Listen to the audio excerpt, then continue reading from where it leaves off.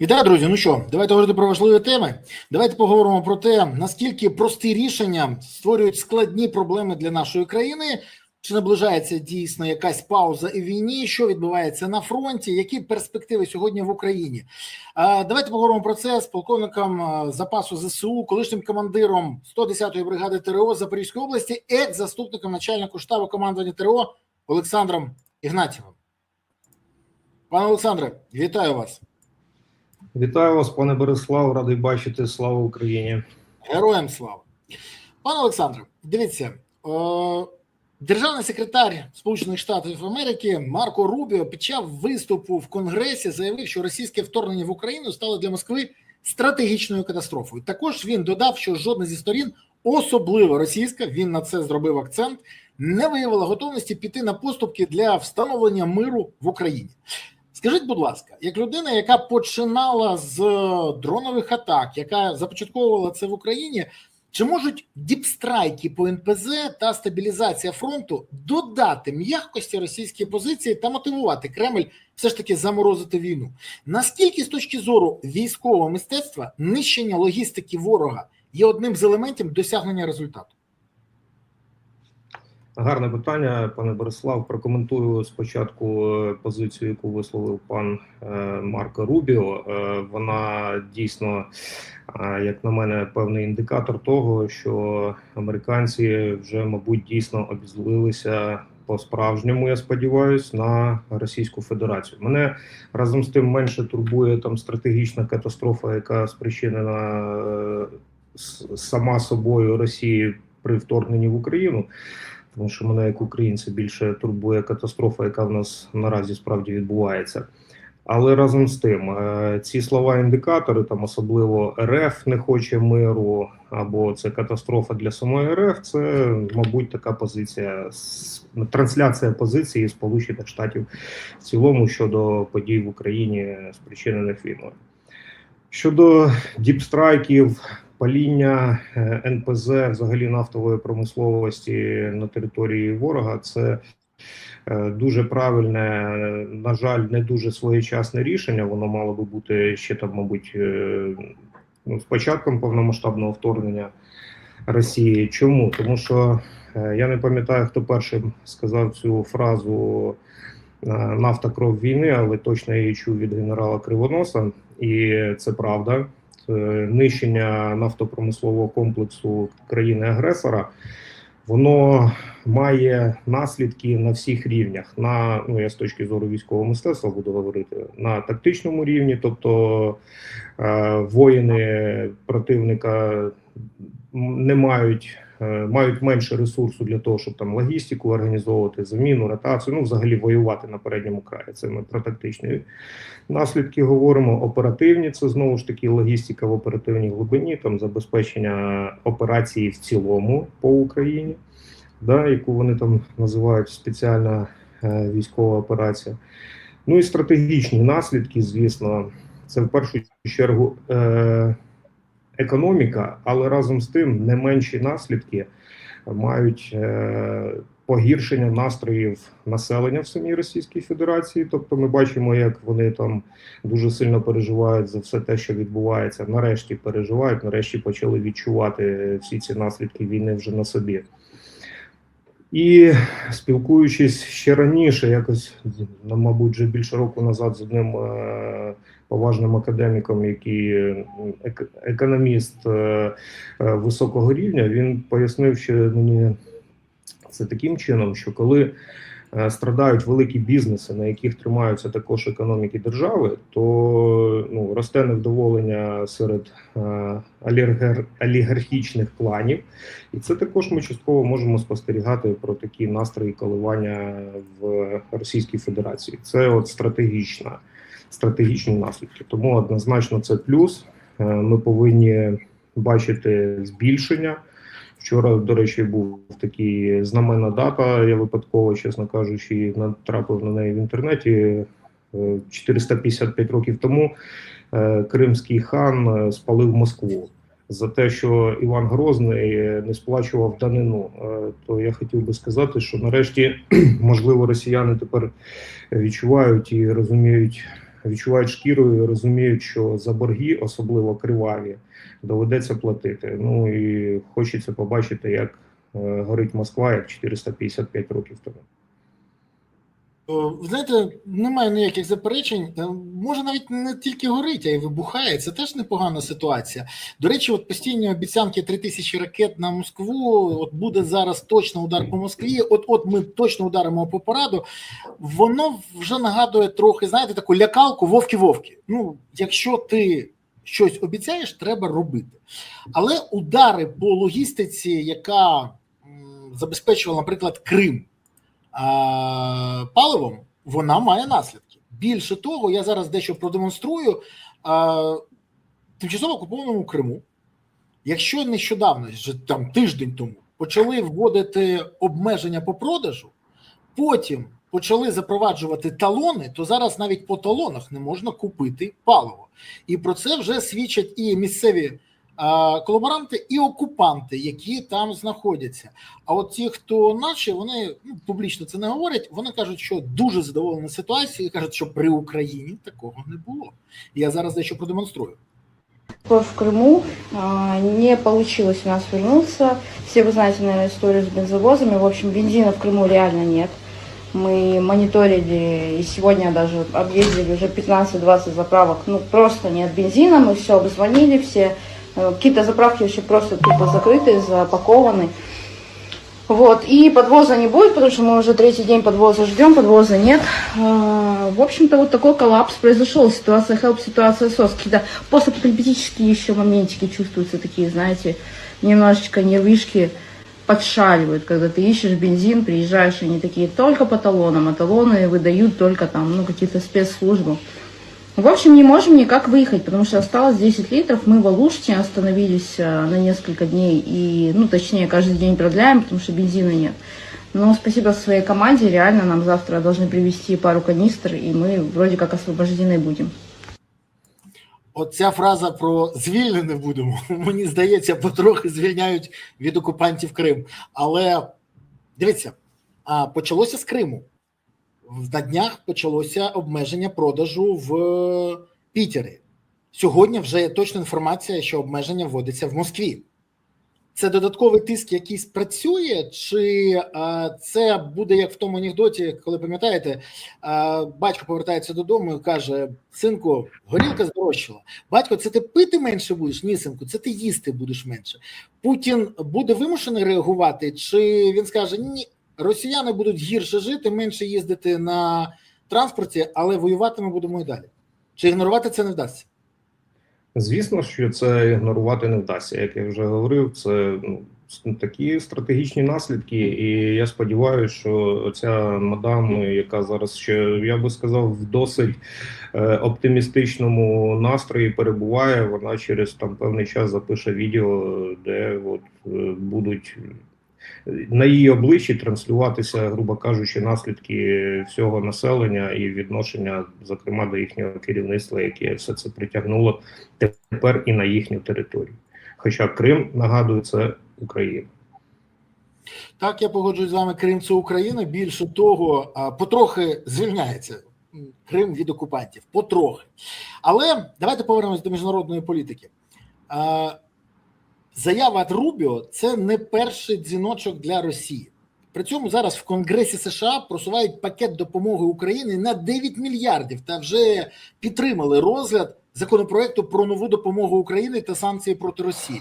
Зазначається, що до демократів, і це, до речі, вперше помітно так сталося, приєдналося вже 6 республіканців, яких не вистачало для того, щоб цей законопроект протягнули, а підтримка є значно ширшою навіть республіканців.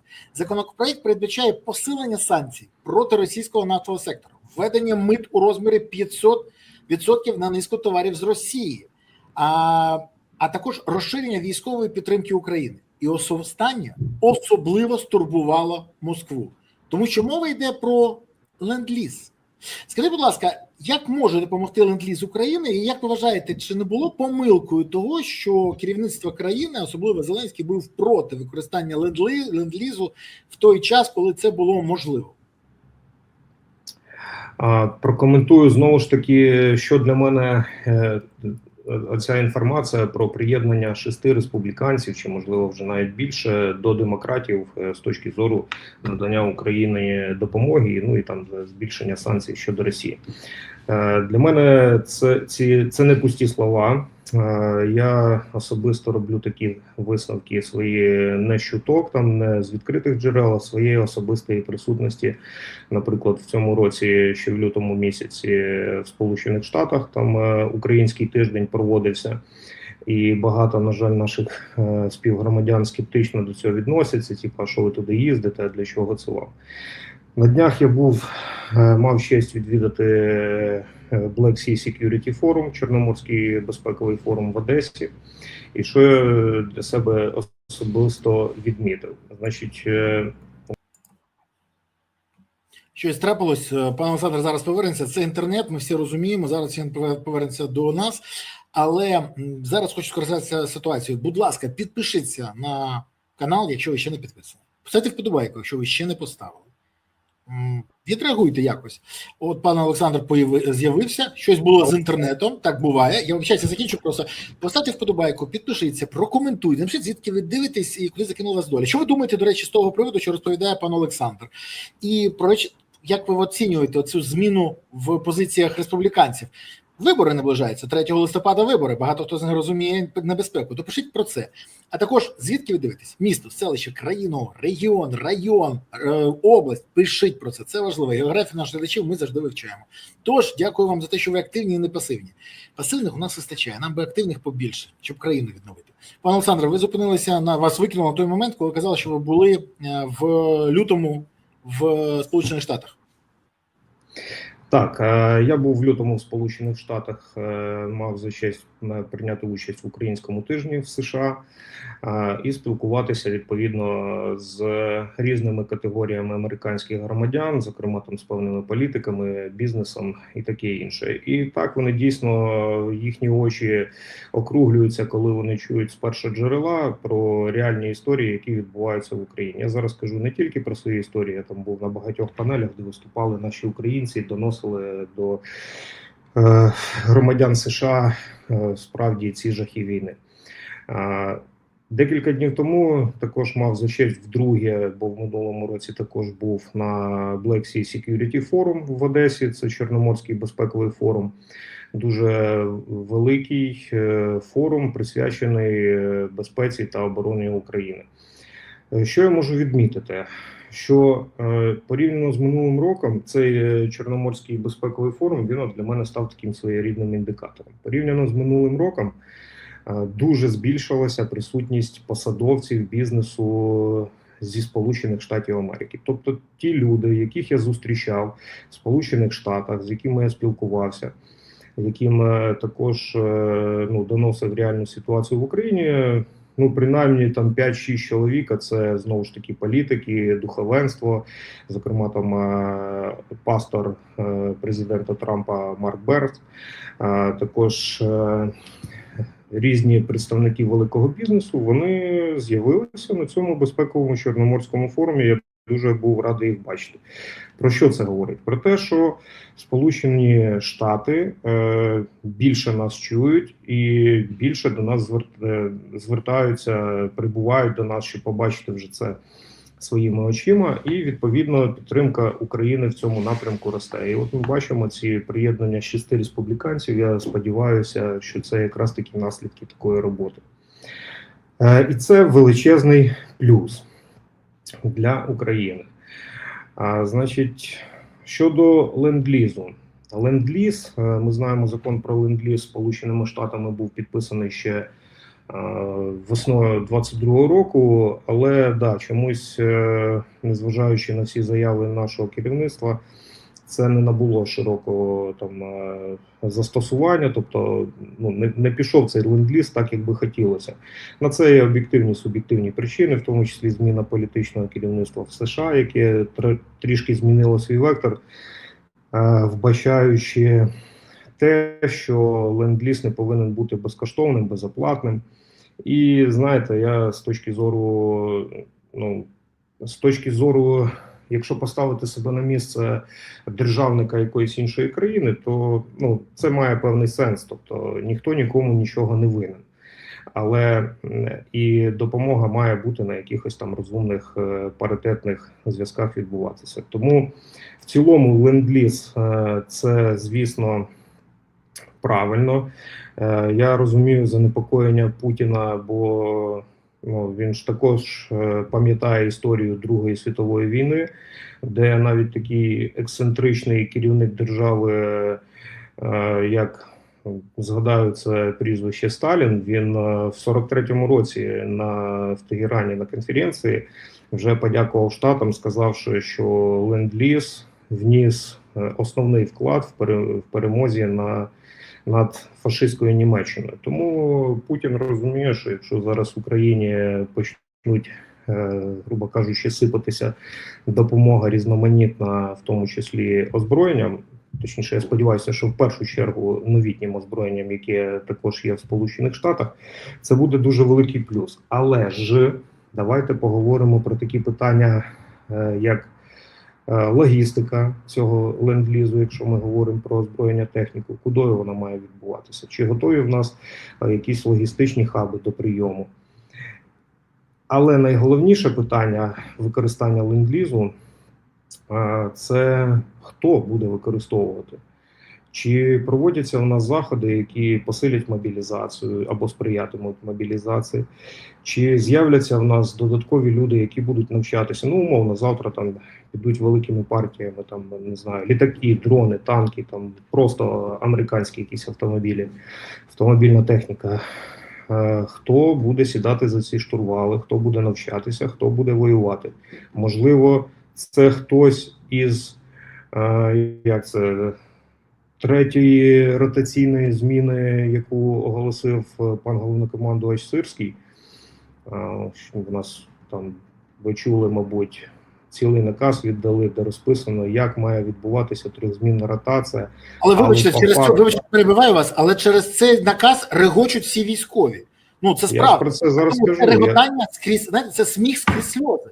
Тому що я з ким не говорив, дивіться, коли мені командир корпусу каже, є наказ, але нема особового складу, щоб це виконати, і каже, Верховний Головнокомандувач про це знає. Навіщо це окозамилювання? То, може, ви поясните, що відбулося? Бо подібні, скажімо так, накази – це ж імітація бурхливої діяльності, яка не впливає на реальну ситуацію на полі бою. Це, як, знаєте, сонце, стій, раз, два. Це щось того.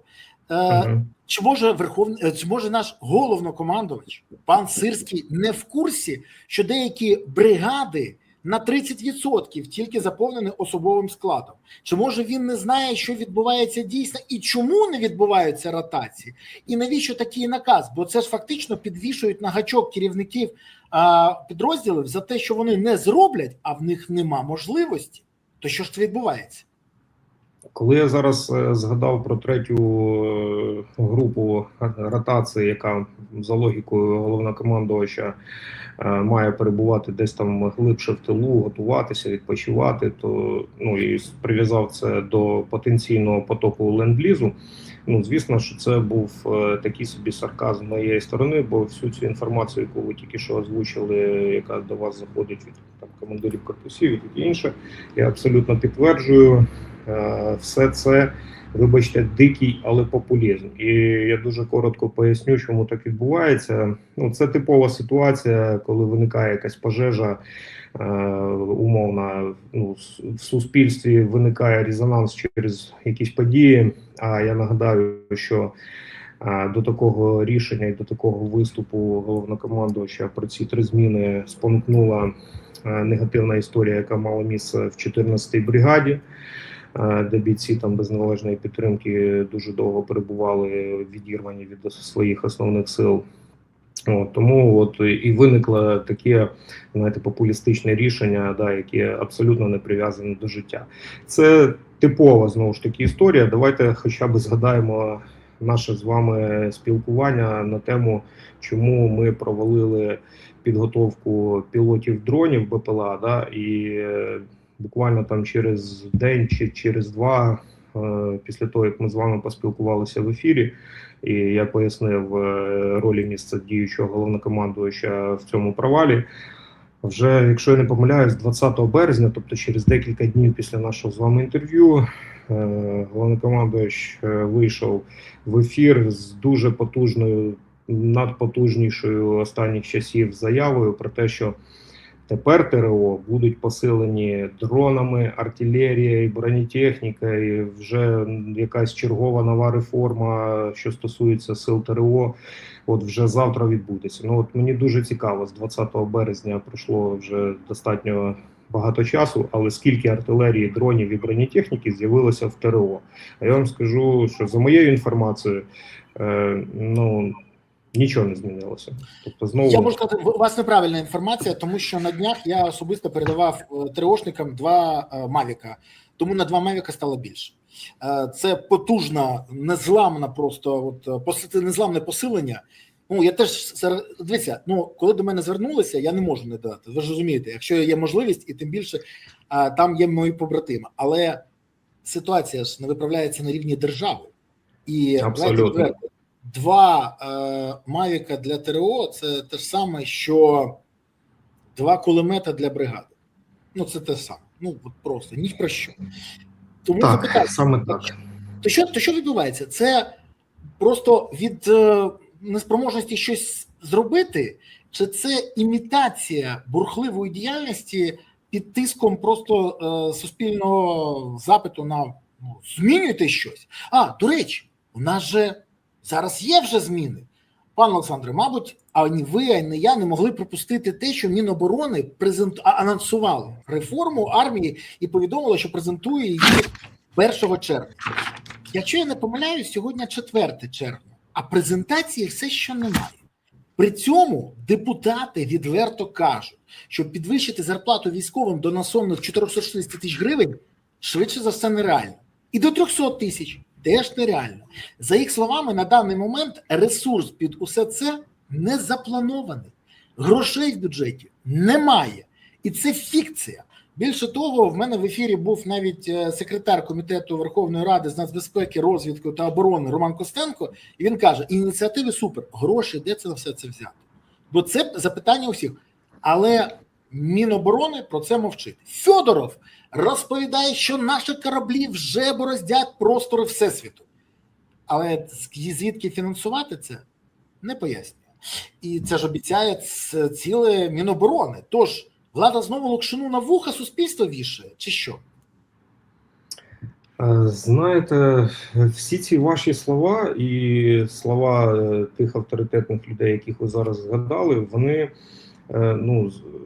абсолютно підтверджені були ще трошки раніше. Згадайте, вибачте за це слово, кіпіш, коли приймався державний бюджет України на 26 рік, і було дуже багато невдоволення того, що поліцейським, ДБР там і різним спецвійськам, які в тилу дуже багато роблять, але частіше тікають від злочинця з винтовкою, з рушницею, то був резонанс, а що ж з військовими, які воюють? Чи навіть з тими самими поліцейськими, варто відзначити, є невелика кількість, там певні підрозділи, які також воюють. То що ж цим все має бути? І тоді я особисто там спостерігав, зараз всіх цих прізвищ не згадаю, з бюджетного комітету, мабуть, там ряд народних депутатів виступали, це пояснюючи, що дивіться, ми можемо збільшити зарплату, там ще категорія вчителів, лікарів стосувалася збільшенням зарплат, ми можемо їм збільшити, тому що це робиться за рахунок фінансової допомоги країн-партнерів, яка на соціальні виплати якраз таки направлена. І ці гроші не можуть бути направлені на збільшення фінансування зарплат військовим, тому що партнери не дають на це дозволу, тому що це, по суті, мабуть, фінансування війни. А вони не хочуть робити це таким чином. Тому, дійсно, питання, а звідки всі ці кошти мають взятися, якщо вони не передбачені бюджетом? Можливо, якийсь перерозподіл, дуже цікаво який. Але якщо думати про 400 тисяч гривень Ну це прям дуже серйозні гроші. Я точно це розумію. Знаєте, коли я ще був командиром бригади, от 22-23 рік, де військовослужбовці отримували там свою зарплату, ну солдат, понятно, мінімально там 21 тисяча гривень, але під час перебування на ЛБЗ це плюс 100 тисяч гривень, то бригада штатною чисельністю там 5 тисяч чоловік, я зараз кажу десь приблизно, ну, це щомісячно я підписував платіжні доручення близько 500 мільйонів гривень. Тобто, уявіть, це одна бригада і 100 тисяч гривень. А якщо взяти 400 тисяч гривень, я не знаю, ну, можливо, скоро там запрацюють друкувальні верстати, які будуть матрасами друкувати гроші. Не знаю, не маю відповіді на це питання. Чому такі гасла, бо це я вважаю теж, що це гасла робляться на всіх рівнях. Ну, можливо, знову там ходять балачки про якісь майбутні вибори, знову там відбуваються якісь там замірювання рейтингів діючого керівництва, бо вони найбільше за свої рейтинги переживають, я бачу. І тому всі ці єбачки, що там ще, ну, збільшуються тисячі там, да, населенню, на словах збільшується до 400 тисяч зарплати військовим. Не знаю, насправді, як це має відбуватися. Ви знаєте, а це от дивна ситуація. Всі розуміють, що якщо ти не можеш реалізувати, не обіцяй, а влада обіцяє. Притом дивним чином, навіть не прогнозуючи наслідки розчарування від того, що ти не зробив. Дивіться, одночасно з підвищенням грошового забезпечення міністр оборони Федоров обіцяв вирішення питання бусифікації та термінів служби і демобілізації. Перше питання прибрати бусифікацію дав йому наказ, це Зеленський. Я це пам'ятаю, декілька місяців. Але я бачу, що і далі бусифікація триває. Програм мотивації суспільства немає. Залучання до війська завдяки реального рекрутингу немає. Тільки особисто бригади працюють в цьому напрямку, і те є багато запитань. Про демобілізацію теж пообіцяв так само Зеленський. І теж ніяких змін немає, є тиша. Яка може бути реакція в армії, в якій, ну, відверто величезна кількість людей, мої побратими, які служать з 22-го року, вони кажуть, коли могли списатися, треба було списуватися. Вони кажуть, ми не думали, що держава так з нами поступить. Ми думали, що ми даємо шанс, можливість держави, ну ще ми так рік протримаємось, а влада ж підкопить ресурси, можливості, зробить резерви. Не сталося. То яка може бути реакція в армії, якщо військовослужбовці побачать, що влада не виконує обіцянки? Нема ніяких термінів служби, нема демобілізації, на яку навіть обіцяв Зеленський вже в цьому році восени. Наскільки серйозна загроза демотивації в цьому випадку? Ви, як людина, яка керувала військовим, і залишаєтесь на контакті з ним. Як ви оцінюєте цю загрозу? Я вважаю, що це дуже велика загроза, і це без перебільшення, тому що будь-яке невиконання обіцянок, особливо перед солдатом, там, чи офіцером, чи сержантом, який воює, який чекає на дотримання слова командиром, ну, в будь-якому вигляді це слово може бути підтримки вогневої, забезпечення харчами там, чи ще чим-небудь. Якщо потреби елементарні військовослужбовців не закриваються їхнім старшим керівництвом, це, по-перше, втрата довіри тягне за собою повну демотивацію особового складу. Тому тільки чесне відношення і чесні слова можуть хоч якось тримати мотивацію бійців та командирів на лінії бойового зіткнення. Щодо того, що ви сказали, президент дав вказівку там чи указ, я не знаю, не бачив в якому вигляді це було, міністру оборони чи там головкому. Ні, міністр оборони. Він поставив завдання саме міністра оборони. Він про це окремо, особисто заявив публічно. Угу. Ну, мабуть, я щось припустив, але знаєте, я скажу по військовому. Є така військова приказка, як завдання ставляться, так вони і виконуються. Чому я зараз саме так кажу? Тому що я точно розумію, якщо брати до уваги і за основу закон про мобілізаційну підготовку та мобілізацію, то ну, міністр оборони – це всього-навсього міністр одного міністерства. Да, під час війни це найголовніше міністерство. але ж сама мобілізація – це вертикаль президента, яка охоплює Кабінет міністрів, установи, організації, а Збройні сили України – це як отримувач мобілізаційного ресурсу для ведення бойових дій цим ресурсом. Тому, я розумію, що міністр Федоров, як кажуть, прийняв під картуз цю задачу, але я не вірю в те, що ця задача буде виконана, чи можливо її виконати лише силами одного міністерства. От і все, дуже проста математика. У мене в ефірі генерал-майор запасу Сергій Кривонос сказав, що згідно закону про мобілізацію, мобілізація повинна проходити не лише в вигляді вручення повісток. Це економічна складова, соціальна складова, навантаження на місцеві ради. Я думаю, що він дуже гарно в цьому розбирається. Дивно. Він порадив, для того, щоб розібратися, треба просто прочитати хоча б закон. Але що, влада не може прочитати закон про мобілізацію, щоб зрозуміти, що треба робити? От я ж і кажу, що, знаєте, це виглядало б більш схоже на правду, якби президент доручив організувати мобілізацію прем'єр-міністру, бо це саме Кабінет міністрів після президента іде в ланцюзі, в ієрархії питання мобілізації. І так, звісно, що Кабінет міністрів повинен займатися не тільки тим, що люди повинні піти в війська, а це також питання національної економіки в усіх її проявах, яке, на жаль, не відбувається. Тому давати пас, так би мовити, перекидати м'яч на сторону Міністерства оборони. Я зараз не кажу навіть там міністра. Да? Міністерство оборони – це не один міністр. Ми ж розуміємо, це цілий апарат. Це ні про що, я так скажу. В масштабах держави це ні про що. Друзі, а напишіть, будь ласка, в коментарях, як ви вважаєте, президент країни просто не знає, кому він повинен давати таке завдання?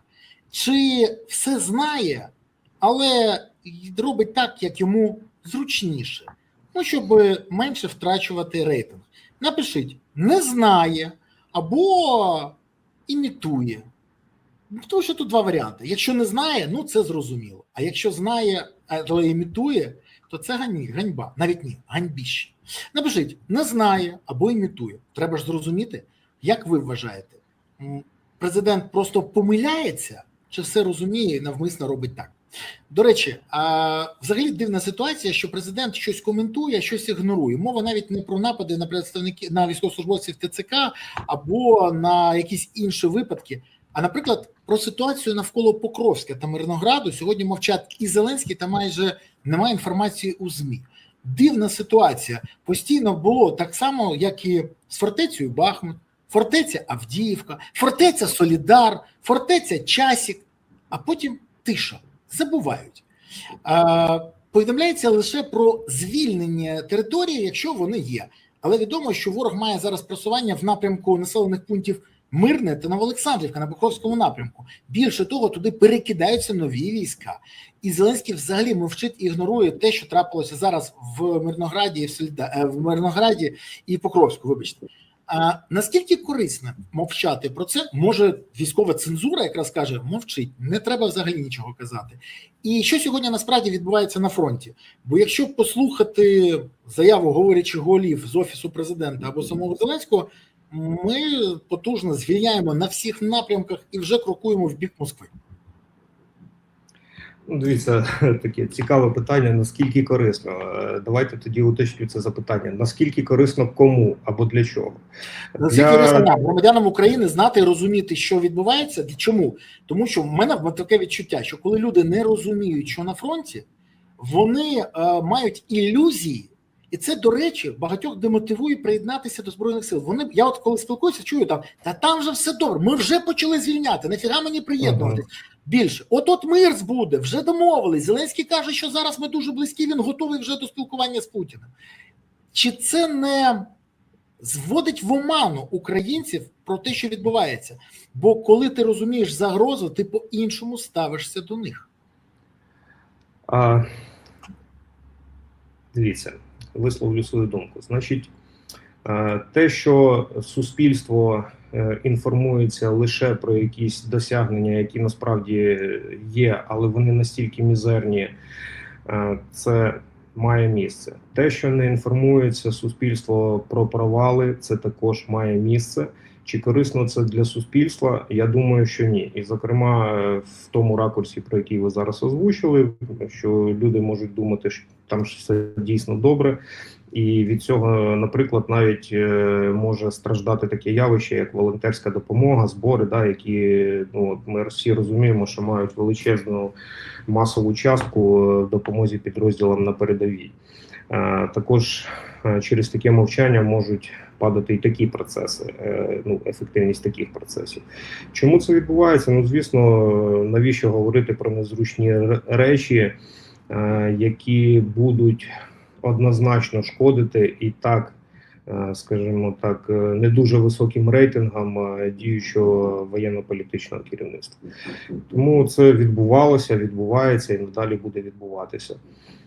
Так, дійсно, я чесно вам скажу, що будучи трохи зайнятим там зараз іншою своєю діяльністю, ну в тому числі певними поїздками, зокрема там в Одесу на цей форум, я якось сам випав з інформаційного поля і не помітив, як було втрачено Покровський Мирноград. Тобто, да, там загроза ця існувала вже давним-давно, всі ці вклинення противника, вони військовій людині чітко дають розуміти, які це може мати наслідки, адже чим кривіша лінія бойового зіткнення, тим більше ресурсу нам доводиться витрачати на її утримання. От. Тому всі ці мішки логічно зараз вирівнялися не на нашу користь. Противник, вирівнявши лінію, захопив такі серйозні міста, як Покровський Мирноград, і, да, на жаль, він далі має невеликі, але певні успіхи в просуванні. І нічого в цього доброго немає. І знаєте, я от зараз так згадую, ще коли там тільки починалися загрози по Покровську Мирнограду, там, зокрема, коли було багато розборок стосовно фортифікацій, їх там не дуже якісної побудови і корупції на фортифікаціях з боку органів місцевого самоврядування, там, які займалися цими фортифікаціями. І давайте проведемо паралель з ленд-релізом, да? Ну, фортифікації там хоч якось, але будувалися, ми їх там бачили, да? Але якщо в тих фортифікаціях немає кому займати оборону, то ну от фортифікації стають фортифікаціями ворога. І таке саме питання, знову ж повернуся до ленд-релізу. Хто буде в випадку надходження зброї та техніки цим використовуватись? Отже, знову все зводиться до провалу мобілізації, яка зовсім нічого не міняється в цьому сенсі, на жаль. Хочу маленьке уточнення. Я ж не помиляюсь, що вже були випадки, коли будувалися дуже якісні, ефективні фортифікації, але через відсутність особового складу їх просто захоплював ворог. Це ж випадки були вже? Так, звісно, таких випадків дуже багато, і я вам точно кажу, що Покровський Мирноград, це, от, зокрема, там, це про це.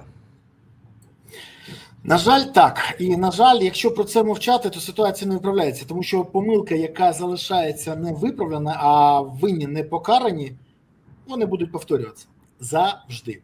До речі, у нас зараз Зеленський знову когось звинувачує. Притому дуже дивна ситуація. Він заявив про затягування українською стороною із контрактами, ще раз, українською стороною затягування, на постачання систем ППО і Петріот. І пригрозив відповідальним українським посадовцям звільнення. Він про це написав в соцмережах. Фактично, Зеленський визнав, що його команда та його підлеглі не справляються, не можуть впоратись навіть з подібним завданням. Я вибачаюсь, це ознака, що він нарешті почав визнавати, що навколо нього нікчеми і невигласи, але ж тоді запитання, а хто ж їх призначив на ці позиції? А хто ж їх привів? А хто ж сформував цю команду? То до кого це претензія? Чи він почав через соціальні медіа вирішувати кадрові питання? Та це точно нормальне керування процесами. Я просто уявляю собі, якщо б директор якоїсь установи почав би писати про те, що мої підлегли не виконують мої завдання в Фейсбуці чи Телеграмі. Я вибачаюсь, це гарантовано призведе до потрібного результату, чи це показує, що ця команда не спроможна отримати його? Ну, в цілому, щодо спроможності команди, ми вже її спостерігаємо, особливо протягом останнього року, де ця купка дуже ефективних менеджерів, їхня ефективність підтверджена, зокрема, кількістю, наявністю кримінальних справ там в енергетиці, всі ці мінчгейти там і бла-бла-бла. А пане Олександр, ви ж праві на 100%. Всі успішні і ефективні менеджери Зеленського, вже всі, отримали підозри в корупції. Це ж геніально, це просто неймовірний результат, це феєрично. Ви праві на 100%. І знаєте, я переконаний, що це тільки поверхня, те, що ми спостерігаємо. Скоріше за все, це типова поведінка безвідповідального керівника, який свого часу не тримав руку на пульсі, не розбирався в тих кадрових призначеннях, не оточив себе правильними менеджерами, які не тримають його в теплій ванні чи в рожевих окулярах, а дають реально своєчасні пропозиції для дуже необхідних, особливо в умовах війни, рішень, бо час, ми ж розуміємо, що все під час війни рішення мають бути своєчасними. Тому це типова позиція слабкого керівника, який, знову ж таки, повертаємося до і так не дуже високих рейтингів, відчуваючи, можливо, вже наперед там нові якісь умовні мінчгейти, чи зараз давайте це назвемо там провал Петріотгейти, там майбутні якісь. Можливо, він діє, скоріш за все, діє на випередження, щоб, дивіться, я ж розібрався, це все вони. От вони негодяї. Тобто, типова історія, коли треба знайти ЦАПа від Бувайла для того, щоб не навлікти на себе тінь якусь, яка потім негативно буде впливати. Я думаю, що це так. Друзі, а напишіть, будь ласка, в коментарях, от якщо відбудеться зрив постачання Петріотів в Україну, хто буде нести за це відповідальність, на вашу думку? Хто несе відповідальність? Зеленський, який сформував команду? Чи команда, яка не може реалізувати цей процес просто на документальному рівні? Напишіть, Зеленський або команда. Це важливо.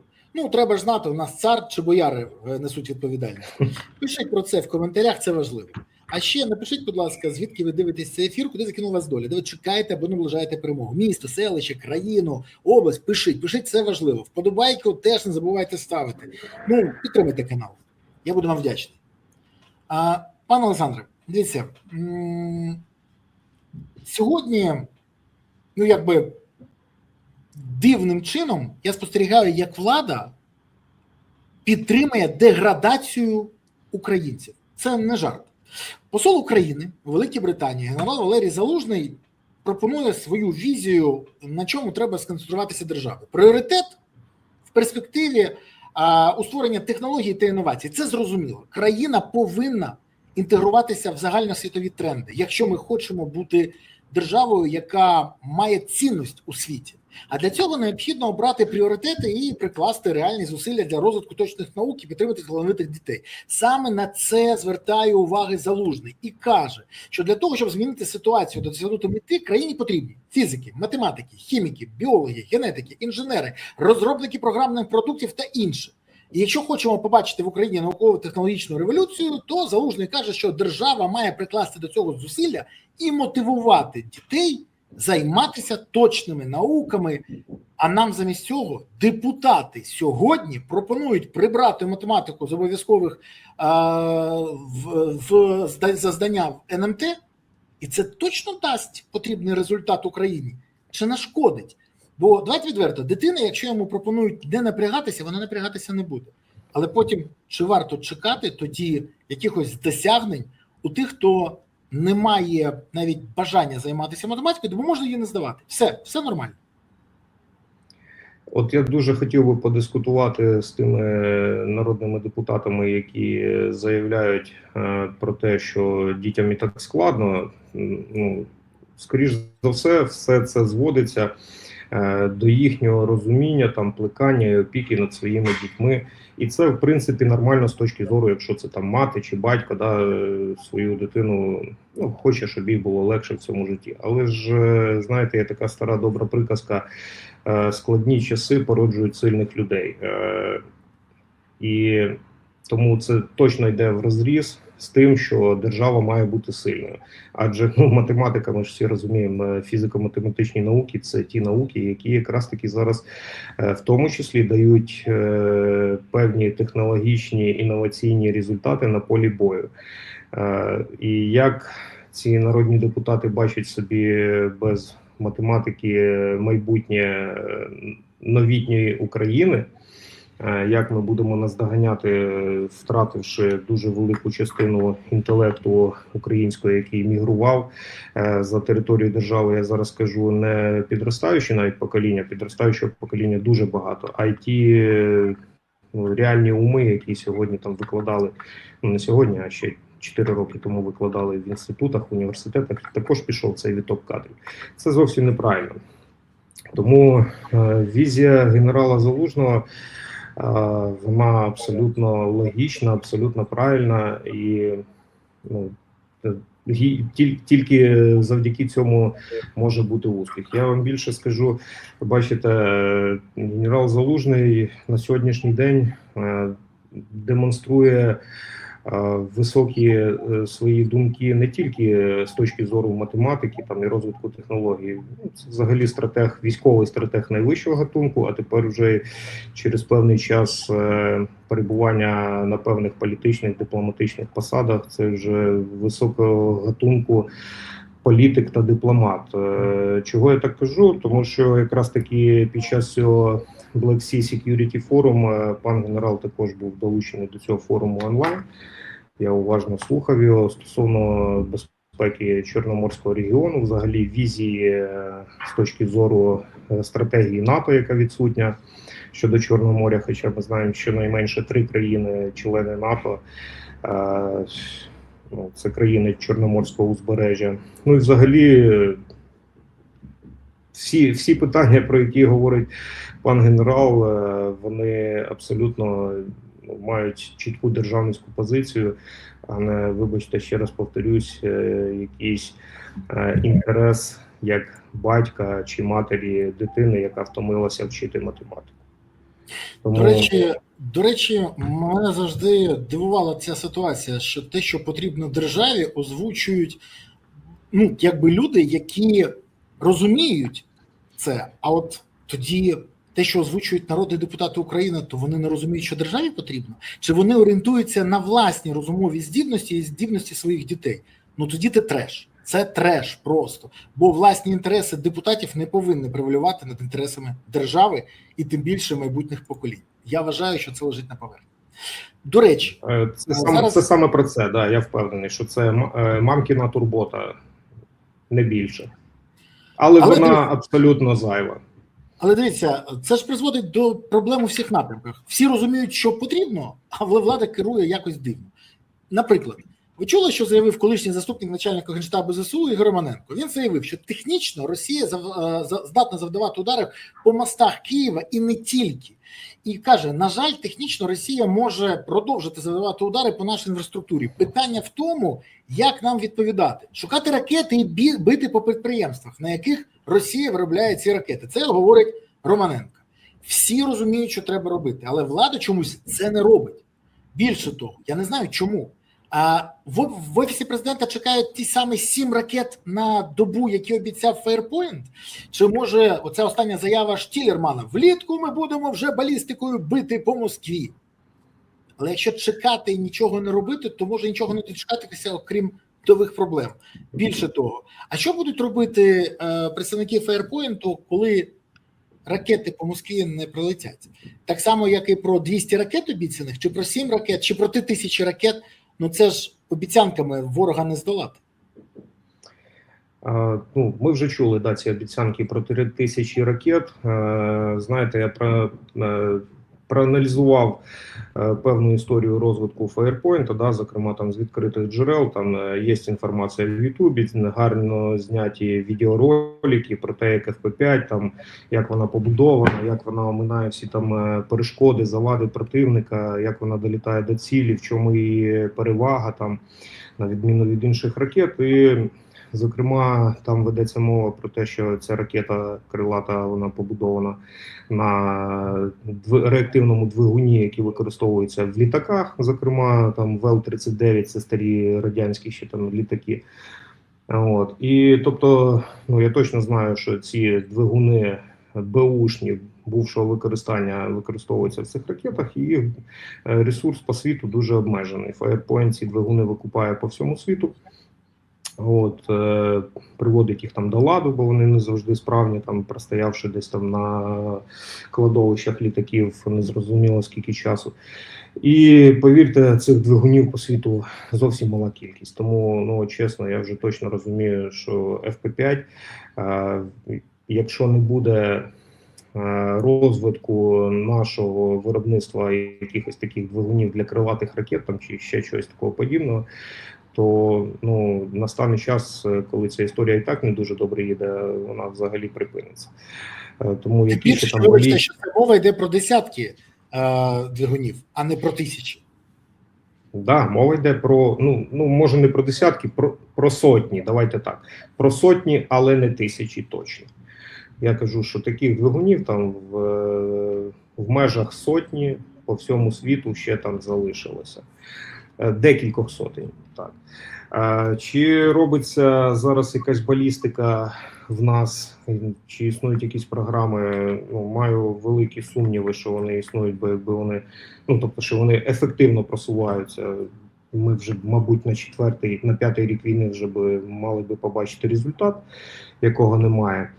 Знаєте, ще крім того, недавно, декілька місяців тому, мав дискусію теж з одним народним депутатом з Комітету оборони і розвідки, де, ну от я скажу так, не дуже розуміючі люди в сфері, да, які потрапили в сферу, ну були там, я не знаю, ким вони були до цього, потім потрапили в сферу оборонної розвідки, да, розповідають про те, що от middle strike вже в нас на такий рівень виходять, що ми зараз там в оперативному тилу противника, ну от все, знищимо все, противник буде блокований і так далі. Вважаючи middle strike панацеєю від всього. Middle strike, deep strike. Ну, я хочу сказати наступне. Це, звісно, великий плюс, коли є такі засоби, які можуть наносити таке ураження. Дійсно, вони зараз почали працювати, і якраз такі сповільнення просування противника на фронті – це завдяки використанню middle strike, ну, тобто на глибину там 100 кілометрів, да? Де противника колони там знищуються певним чином. Ні, не знищуються, уражаються. Чому зараз я застосовую термін уражаються? Тому що, ну, що таке middle strike? Це літак, який несе, ну, нехай там 50 кг чи ну, там 50 кг вибухової речовини. Тобто це зброя неплощадної дії. Це зброя, яка здатна знищити, там, наприклад, там, один танк, один бензовоз, там, один об'єкт. Або якщо ці об'єкти скупчилися, то може виникнути пожар, там, да, і якщо там стояло 3 бензовоза поряд, то вони 3 можуть там здетонувати, горіти, там, таке інше. Але зовсім ніхто не говорить про оперативно-тактичні ракетні комплекси. Ну, давайте для прикладу візьмемо старий радянський зразок .У. Да? Цього в нас не відбувається. Так, ми маємо там певну допомогу від партнерів, але чи вона забезпечує всі наші потреби? Звісно, ні. Отже, питання, чи є в нас програми, які виробляють чи хоча б дивляться в сторону виготовлення оперативно-тактичних комплексів українського виробництва, які покликані знищувати площадні цілі. Тобто, наприклад, батальйонну тактичну групу противника в районі зосередження перед тим, як вона має зайти в район виконання бойових завдань. Якраз таки там на глибині 50 кілометрів і до 100 кілометрів. В нас такого немає. Я дуже добре, я просто приведу приклад, це не з пустих слів. Знаєте, тоді, коли в нас ще були можливості на початку війни використовувати такі комплекси або навіть РСЗО дальньої дії типу «Ураган Смерч», да?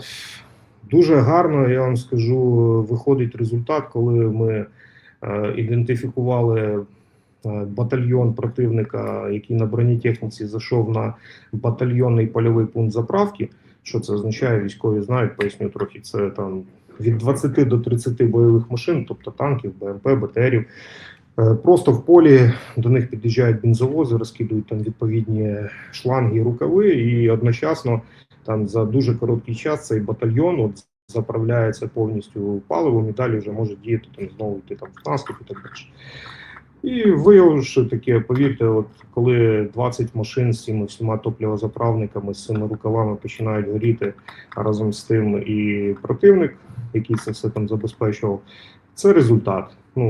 Отже, давайте результат застосування площадної зброї такої, да, оперативно-тактичного рівня, порівняємо з діпстрайками. Скільки треба літаків туди запустити і як вони долетять для того, щоб уразити такі цілі. На жаль, я не чую, що у нас щось таке подібне виробляється, чи взагалі в той напрямок хтось дивиться. На жаль, ви праві. Це відверто заводить мене до суму, але це кажете не лише ви. Експерти про це кажуть, при тому, як і наші, так і європейські, і американські. Але, дивіться, у нас влада краще знає, що їй робити. Після цього, правда, вона пише про те, що має право на помилку, але, до речі, я хочу поставити одну крапочку в історії, яка вже триває доволі довго. Ви були одним з тих, хто забезпечував захист Києва під час повномасштабного вторгнення. Відповідали за один із напрямків в Києві за квадрат оборони.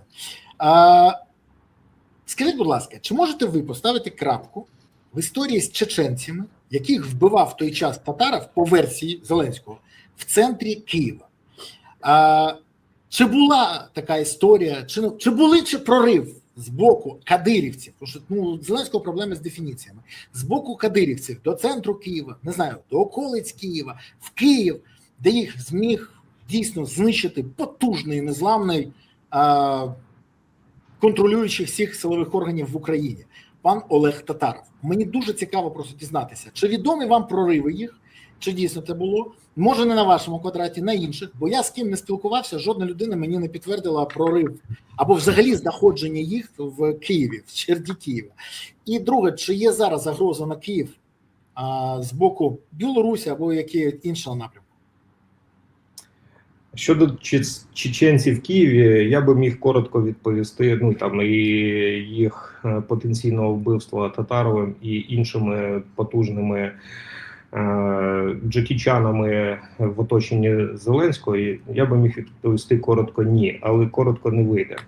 Дивіться, я вам розкажу дуже швидко свою безпосередню участь в обороні Києва. Я входив до складу одного із секторів оборони міста Києва, і ви не повірите, цей сектор включав в себе два райони – Печерський та Голосіївський. Тобто штаб мого сектора, він знаходився в Печерському районі.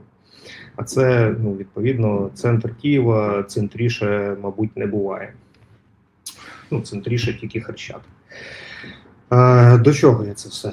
Підрозділи, з якими я працював, безпосередньо організовуючи оборону Голосіївського району і Печерського також району, вони виконували завдання, зокрема, по обороні Урядового кварталу, Голосіївського району. Також вони відряджалися і на напрямок оборони узбережжя Київського водосховища, це там Лютіж, Вишгород, ГЕС і таке інше.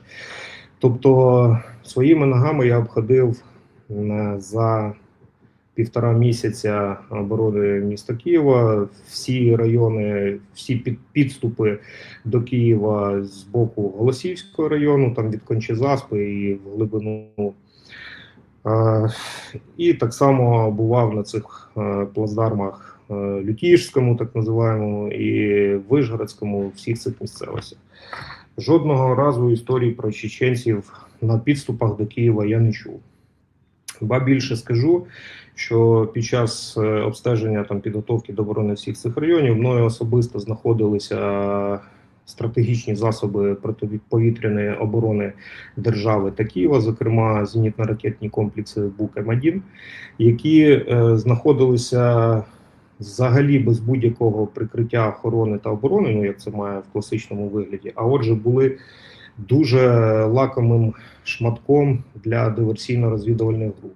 І навіть більше я вам скажу, що коли я до них підходив дуже обережно, бо в класиці жанру в мене би мали там декілька кілець охорони та оборони вказаних комплексів зупиняти, да, там, і допитувати, що я там роблю.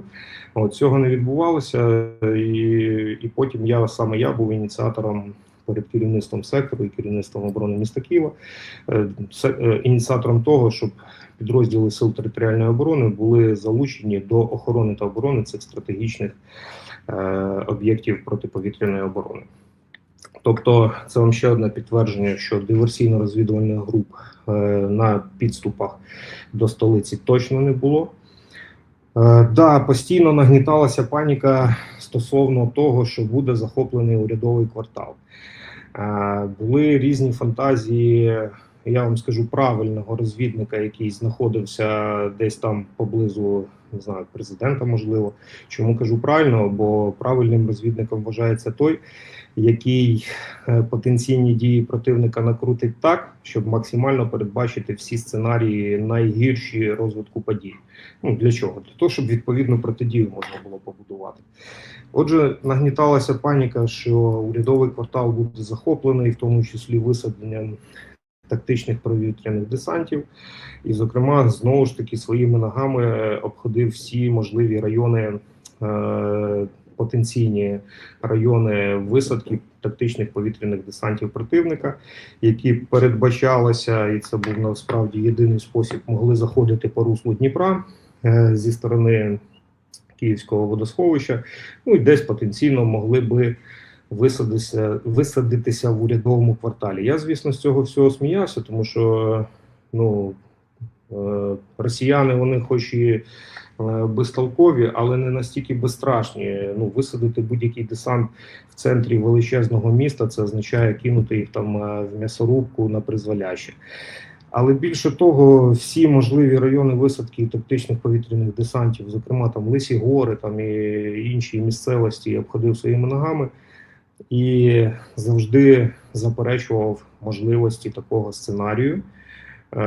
Ну, тобто не зовсім заперечував, а залишав там якийсь дуже мізерний відсоток, що таке може статися. Тому я думаю, що якийсь, знову ж таки, дуже правильний розвідник давав таку імовірний характер дій противника, яке потім, як то кажуть, бурною фантазією певних сценаристів, знаєте, а чому б це не використати в те, що дійсно тут були диверсійні групи, чеченці, і ми їх вбивали. Скоріш за все, мабуть, якось так ця фантазія сценаристів обіграла таку інформацію, яка поступала від розвідників. Але насправді нічого такого не було. Ми досліджували, зокрема, спільно з поліцією, спецпідрозділами поліції, різні місцевості і об'єкти, зокрема підконтрольні Московії об'єкти церков, да, там з певними печерами, там і так далі, і так далі. Да, там знаходилися якісь пропагандистські історії, але якихось закладок зброї, боєприпасів, що могло би свідчити про бажання диверсійно-розвідувальних груп попрацювати в центрі столиці, такого підтвердження ми не знаходили. Тому я вважаю, це придумана історія. Ну і в кінці кінців, я думаю, якби хоч один чеченець чи кадировець загинув би десь там внаслідок такої потужної протидії потужних менеджерів, то, напевно, хтось би із тих самих чеченців, точніше кадировців, типу самого Кадирова, міг би дуже вміло перекрутити цю історію, що от дивіться, наші громадяни мирні, там просто в Києві там проживали, будували бізнес, а загинули від рук таких таких потужних, і тому ми оголошуємо там вам якісь там своє незадоволення. Але такого теж не спостерігалося. Отже, я не знаю ніяких, крім висловлювань, що таке було, висловлювань наших потужних менеджерів. Більше я ніяких індикаторів там не чув, не бачив і впевнений, що це вигадки. Ну, що я можу сказати? Мені колись один слуга сказав таку фразу: погано, що ми дали тобі мобілізуватися, ще гірше, що ми дали тобі повернутися за армію. А я йому тоді сказав: ні, проблема ваша не в тому. Проблема в тому, що залишаються живими свідки, які можуть сказати, як це справді було. От я вам дуже дякую, що ви можете розказати, як все справді було. Це не тільки розбиває легендаризацію некоректних історій, а ще й повертає нас до реальних подій. Бо історію повинні писати люди, які самі причетні були до того, що відбувалося, а не каскарі. Пане Олександре, я вам щиро дякую за вашу позицію, за ваші відповіді і за ваше пояснення того, що відбувається. Дякую вам і до нових зустрічей, як завжди. Дякую вам, пане Борислав. Всього доброго. Па-па. Друзі, ви отримали багато інформації. Далі працюйте з цією інформацією для того, щоб розуміти, по-перше, куди ми рухаємось, по-друге, як мінімізувати негатив, отримати максимальний позитив для держави і суспільства. І головне, пам'ятайте, що єдина сила, яка запорукує того, що у України є майбутнє, є ЗСУ. Тож, гуртуємось навколо ЗСУ, донатимо на ЗСУ, приєднуємо ЗСУ і допомагаємо ЗСУ, бо поки є ЗСУ, у України є майбутнє. ЗСУ – це є запорука того, що Україна є гідним майбутнім. Всі ресурси на ЗСУ, і все буде Україна. Дякую вам, па-па.